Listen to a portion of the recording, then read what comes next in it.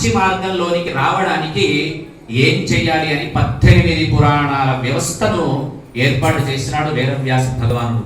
అవి పురాణాలు ఎట్లా వచ్చినాయంటే, చతుర్ముఖ బ్రహ్మ గారి 4 ముఖాల నుంచి 4 వేదాలు ఉంటే ఆ వేదాలను అందరము చదివేటువంటి అవకాశం, దానికి స్వరం అనుదాత్తం ఉంటాయి కనుక అవి చదివేటువంటి అవకాశం మనకు లేదు కనుక అందులో ఉండేటువంటి సారం మొత్తం పురాణాంతర్గతంగా చేసి వ్యాప్తి చేసినాడు కనుక ఆయన వ్యాసుడు అయినాడు. ఆ వ్యాసుని యొక్క పరిపూర్ణ అనుగ్రహం చేతనే ఈ 18 పురాణాలు మన లోకంలో వచ్చినాయి. పాపం ఎక్కడి నుంచి ఈ కథ ప్రారంభమవుతుందంటే, బ్రహ్మాండ పురాణంలో సాక్షాత్తు అగస్త్యుల మహర్షితోటి ప్రారంభమవుతుంది. అగస్త్యుల వారు ఎవరు అంటే, అగ అంటే పెద్ద కొండ, ఆ కొండను కరిగించగలిగినటువంటి ఒక స్థితి, ఆ కొండ విద్యా నిధి, ఆ కొండ విద్య కొండ. అటువంటి అగస్త్యుడు ఏం చేసినాడంటే, అంత విద్య కలిగిన వాడు లోకాలన్నీ తిరుగుతూ విద్యానాం హయగ్రీవం ఉపాసనయే, ఏ విద్య రాణించాలి అన్న హయగ్రీవుని యొక్క ఉపాసన చేయాలి. ఆయన ఎట్లా ఉన్నాడు?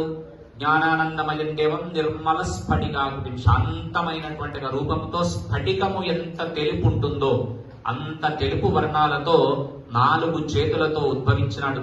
పై 2 చేతుల్లో శంఖచక్ర గదాలు, అక్షమాల ఒక పుస్తకాన్ని ధరించి ఆ హయగ్రీవుడు రానే వచ్చినాడు, ప్రత్యక్షమైనాడు.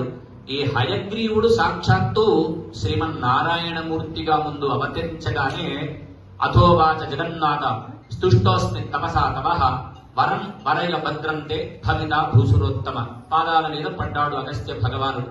పడి, అయ్యా, లోక మానవులు కేవలం వాళ్ళ ఇంద్రియ సుఖాల కోసము తప్ప మీద అవగాహన లేకుండా పోయింది కనుక నీ దర్శన మాత్రం చేత నాకు అమితమైన ఆనందం కలిగింది అని ప్రార్థన చేసినాడు.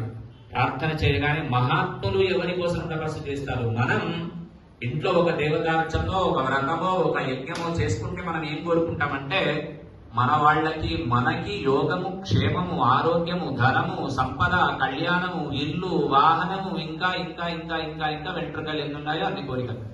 కానీ వాళ్ళకు కూడా చెప్పినారు, ఆడవాళ్ళకే అత్యంత నియమము లేనటువంటి ఒక పూజ. లేచినప్పటి నుంచి వాళ్ళు లేవగానే ఒక్క పతికి నమస్కారం, భూమికి నమస్కారం, దేవుడికి నమస్కారం, 3 అయిపోయినాయి. సరే, ఇప్పుడు మనం మోటార్ వేసి పైప్ పట్టుకుంటున్నాం.